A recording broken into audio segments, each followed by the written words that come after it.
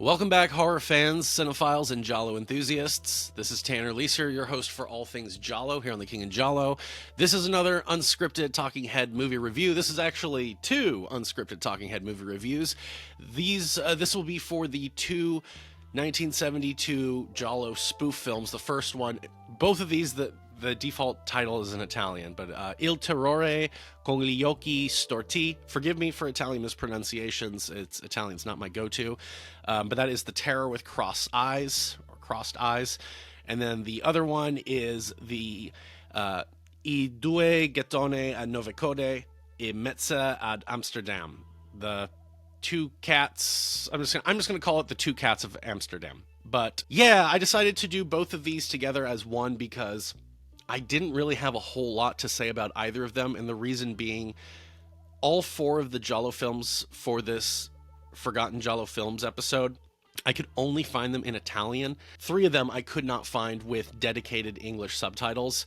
I had to watch it on YouTube or some other form with subtitles that were auto-generated and auto-translated from Italian to English, and if you've ever had to watch a foreign language film with auto-generated subtitles, auto-translated into your language, it's a slog. It's run on. There's no, it's just terrible. It's terrible, and the translations are garbage. So for both of these films, I was able to follow along because of the plots were generally simple enough. It was just the dialogue I could not keep up with, so I did not understand at least 90% of both of these movies. But I'll get right into it. So the first one, the Terror with Crossed Eyes. This is directed by Steno, who would go on to direct Nothing Underneath. Or no, his son would direct Nothing Underneath, I believe. But it stars Enrico, Montesano as Mino, Alighiero, Noschese, again, I'm so bad. I'm so sorry for these mispronunciations, but Giacinto, and then Isabella Biagini as Mirella, and then it's also got Umberto Rajo and Luciano Rossi, who are big Giallo stars. Oh my gosh. Okay, so the plot is... Okay, IMDb doesn't even have a plot synopsis. Well, the plot synopsis, according to Troy Howarth, is Mino, Giacinto, and Mirella stage a fake murder, hoping to attract some notoriety and make a bit of money. Mirella is to be used as the corpse in the escapade, but while she is being prepped for the stunt, another woman is really murdered in the vicinity. Given that Mino and Giacinto left behind plenty of clues, hoping to get caught for the fake murder, they realize the only way to clear their names is to put their heads together and discover the real killer themselves. Okay, my gosh, so I'm going to be really short with this. It's mostly physical comedy, which is good because I feel like that kind of transcends language barriers. This one probably had me not crack up, but like actually made me go, ha ha, like actually laugh twice. There were some cute little bits, like there's a part where they have this guy Ivan in a hotel room with them, and everybody knows they're the killers because they did all this work while setting this fake murder up so they could get caught, but then a real murder happens and they're seen fleeing the scene of the crime, but they also did a good job to make themselves be noticed beforehand because they want to be caught for the fake murder. And this guy Ivan has them in a hotel room, and he's like, you're the killers from the newspaper, and he's like gonna rough them up, and it's very slapsticky where it's like he takes a candlestick or a candelabra or whatever, and he like bends it, and one of the other guys is trying to do it to be tough too, and he can't, so he actually takes off the candle, and he's like, and he breaks the candle in half. Shit like that, which was like, okay, that's kind of funny. Not hilarious, not like super clever, but I'm a big Three Stooges fan, so I'm a fan of good slapstick comedy. There were some bits where you're like, okay, it took some thinking to come up with this, but then there was a part where it's like they're avoiding him, and they're running through like a wardrobe that's got 3 doors, and so they'll go in the 2 side doors, and he'll go in the middle door, and then they'll come out the opposite doors, and they are going back in and out, and it's very Scooby-Doo, and it was kind of funny, but then it also kind of dragged on, but then it would become funny again, and then it would drag on. But there were little bits that were like, oh, okay. Then there was like a car chase, and they're being chased, and the guy's stopping at the stop sign because it says to, and like things like that are like, okay, that's kind of funny, not terribly unfunny, but not terribly hilarious either. But this is what I will say for this movie is, again, I'm watching it with auto-generated, auto-translated subtitles, so I can't really pick up on everything. It was fine. I would like to watch this with good subtitles, though, because there was a good movie in here. And the plot itself of the spoof was... I kind of liked it. I did kind of like the setup, but I'll say this about both movies. Calling these giallo spoofs is really a stretch. It's not like for some of us, in the West, in America, if you watch the scary movies are very clearly spoofs of different horror movies that came out in the past few years. Watching this and saying, oh yeah, this is a giallo spoof, was a bit of a stretch. This one, the first one, more giallo than the one with the two cats, but still, regardless, it was rough. And then you know who the killer is because they show him, and every time it's just like a close-up. It's kind of like the man with icy eyes, except you do a close-up, and the guy's just like super comedically cross-eyed. So you know who the killer is, and they'll show him a handful of times, but the real mystery is like who is the mastermind, and I can spoil it. I don't know if you're going to watch it, because good luck finding it with good English subtitles, which, by the way, if you find any of these movies with actual dedicated English subtitles, let me know, send me the link, and I will re-upload it to YouTube so everybody can watch it. But the killer in this one turns out to be Umberto Rajo, or like not the killer, but the mastermind. And I realized as I was watching it, like, wow, he's the mastermind or the killer in a good amount of the giallo films he's in.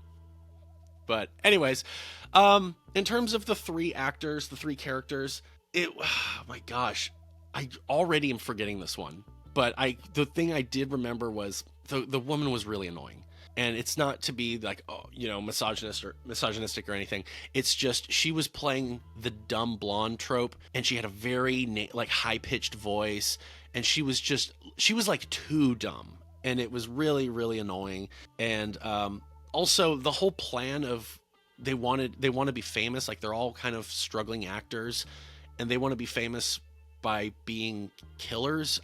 And again, I'm losing some of the stuff in the translations, but I'm like, I don't understand what their plan is. Is that literally just their plan? Like that they're so dumb that this is their ticket to getting notoriety? I don't know, but I'm already forgetting a lot of the jokes, so I would say watch this at your own. What's the phrase? Just be warned. It's you may not have a good time with it. If you can, like I said, if you can find it with good English subtitles that are actually part of it, they're not just being auto done using AI listening to it as it's playing, it might be good. It wasn't really bad. I'll say that, but I will say this: that plot I feel like could be done better. And it doesn't even have to be Italian. It doesn't even have to be a giallo. It was a fairly decent enough plot. And then the other one, again, I'm just going to call it the Two Cats, or the Two Cats of Amsterdam.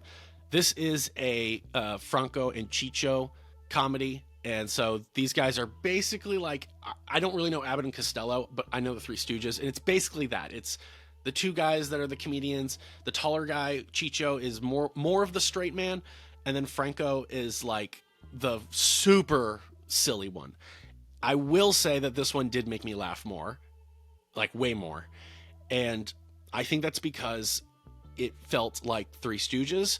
It felt like a more hackneyed Three Stooges, but I was able to laugh at it way more. There were some pretty good bits, like when you first meet these guys, Franco is like the photographer, and Ciccio, I don't know what he's doing. He's just like typing up, but they have a parrot, and they're arguing with the parrot because it's Milanese. So I'm just thinking, like, if this was American, it would be like someone from the characters are from New York, and they're arguing with the parrot because the parrot's from Texas or something. Like, I didn't have to be Italian to find that funny, but a lot of the jokes were lost on me. But I was like, that's a pretty cute little dynamic there.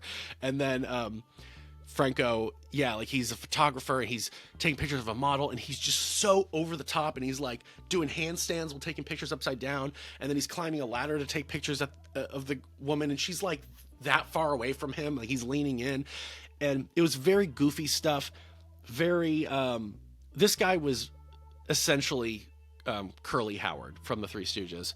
And then the other guy was kind of Larry, I guess, but it wasn't a perfect, match for match with Three Stooges, but it was very similar comedy. And I know I'm not Italian and I'm not entrenched in the Italian culture and the commedia culture. I do know a fair amount about commedia and commedia dell'arte and all that. I've taken classes on that. I studied it when I was at the conservatory. This was not commedia, or at least not my understanding of it. Like, these guys aren't really playing any of the archetypes within that. It was closer to, like I said, Three Stooges, but it was funnier. I will also admit, because the subtitles were all crap because they were being auto-generated, I watched this at double speed. And thank God for that, because the movie is like an hour and 20 minutes. And so it passed by in the span of 45 minutes. And it actually did help the pacing, because there would be times where I would be like, okay, I must have been sitting here for 10 minutes. And I would check the timestamp and it would be 18 minutes of the movie has passed. And I'm like, dude, this movie, for me watching it at double speed, it doesn't feel that slow. But if I was watching this at regular speed and I'm now 20 minutes in and nothing has happened, I would be like, okay. What happens in this one is, because I don't think I actually read what's going on in this one. My bad. Franco, and again, this is from what Troy Howarth said. Franco and Chicho are hired to take photographs of some suspected drug dealers. They pack their bags and head to Amsterdam, where a certain fakir is reportedly involved in a drug ring. When Franco and Chicho accidentally capture a murder on film, they find themselves embroiled in a plot involving precious jewels. They combine their wits to try and uncover who is behind it all. And the part where they are actually sneaking up to take pictures of this person, and then when they do come in there and they take the pictures and someone's being murdered, they get shot, it's about 45 minutes into the movie. So it took halfway into the movie to actually get to the inciting incident. So that is really, really bad pacing. Again, watching a double speed, it's about 20 minutes. So that's actually closer to where it should be. The inciting incident should be around the 15-minute mark. Whatever. But like I said, so it's very Three Stooges-y in the comedy, very slapsticky, very over the top, super. What is the word for this in comedy where you're just making very expressive faces? The one guy can't stop. I will say the taller guy, Chicho, I could see him in a way more straight role, in a drama. Franco, nope. He's a comedy actor through and through. Whether he's a really funny comedy actor is kind of up to the individual to decide. I know these guys were big in Italy and that's about it. And they'll say that the comedy just didn't really connect overseas or anywhere else outside of Italy. I can see that. I did notice that both of these movies also started with one of the characters singing. And in this movie, The Two Cats, Franco, he sings twice, at least twice. And I'm like, I guess that's a thing with Italian comedy. I guess they like their guys to sing songs about, how tough life is. But then, there like I said, there was some goofy stuff that had me smiling, that had me laugh. Like when they're sneaking in to take the pictures, they're sneaking through a hotel dressed in combat fatigues, which was why? You're drawing more attention to yourself. And they've got helmets with branches on it, it's not a ghillie suit. It's the stuff that you would see in World War II or something, where these guys are in camouflage, but then they've got the helmets with some branches and some leaves on it. And again, there was both goofy stuff, funny stuff, and then it would be okay, get on with it, come on. And they would milk a lot of these jokes, like I said, to the point where it stopped being funny, and then sometimes it became funny again. The killer in this one, spoiler, again, I'm sorry, I don't really care about spoiling these ones. The killer was another Giallo veteran. It was Luciano Pigozzi, which, another observation I made, this is the second Giallo with Luciano Pigozzi this year that takes place in the Netherlands. And there's a scene with a frickin' windmill. And so I'm wondering if this is also kind of spoofing that aspect from The Devil with Seven Faces. I don't know. A lot of the comedy was just lost on me because of the terrible auto translations. But that's really all I've got to say for these two movies. I didn't dislike them. I just couldn't get into them because of the translations weren't real translations. They were auto-generated. I would like to watch these with English subtitles if anybody can find it. I did look, but I didn't really have any luck. But as it is, that's just how it is. And so these are just two cheeky little Giallo spoofs. Calling them Giallo, I do think is a stretch. The second one was really a stretch. The plot didn't really kick off until the second half, and they're mostly just kind of crime. The movie they remind me of is Godzilla's Revenge, which is also called Godzilla All Monsters Attack, where you've got this plot with this kid who's left alone, and he somehow crosses paths with these like bank robbers, and they know that he's a witness, so they kidnap him, and then he's kidnapped by them, and he's got to escape. And it's very similar to that in terms of just the way it's executed, the way it's shot, and just the plot, the beats. It's closer to that, I would say, than to what we usually think of as a Giallo. And Giallo can be so many things. It doesn't ever have to be, tied down to it's a killer with black gloves. But these ones were really, really pushing it.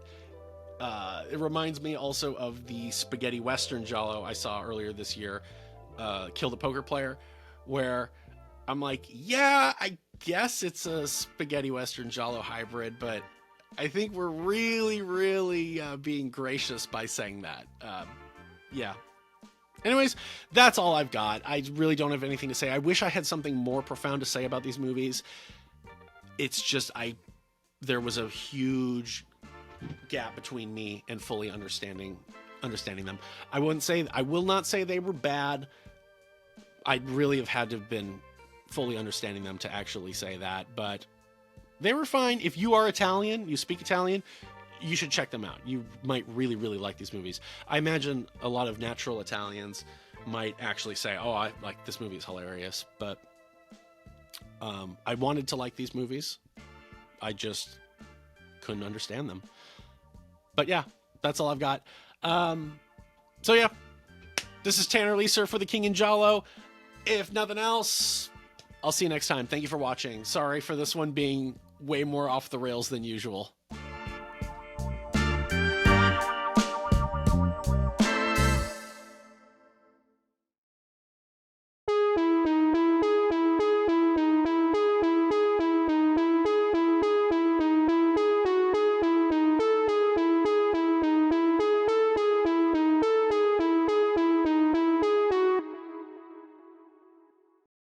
Now let's get it.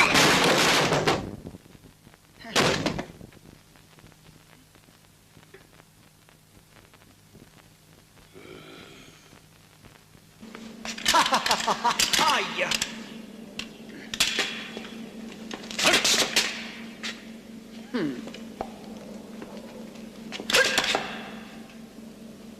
È suonata la tua ora. Sì? Ha, ha, ha, ha, ha, ha.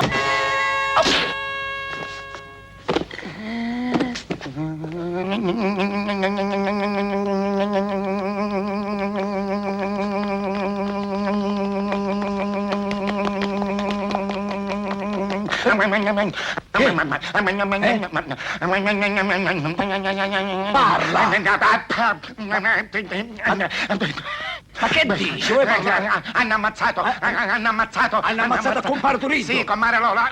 Hanno ammazzato uno.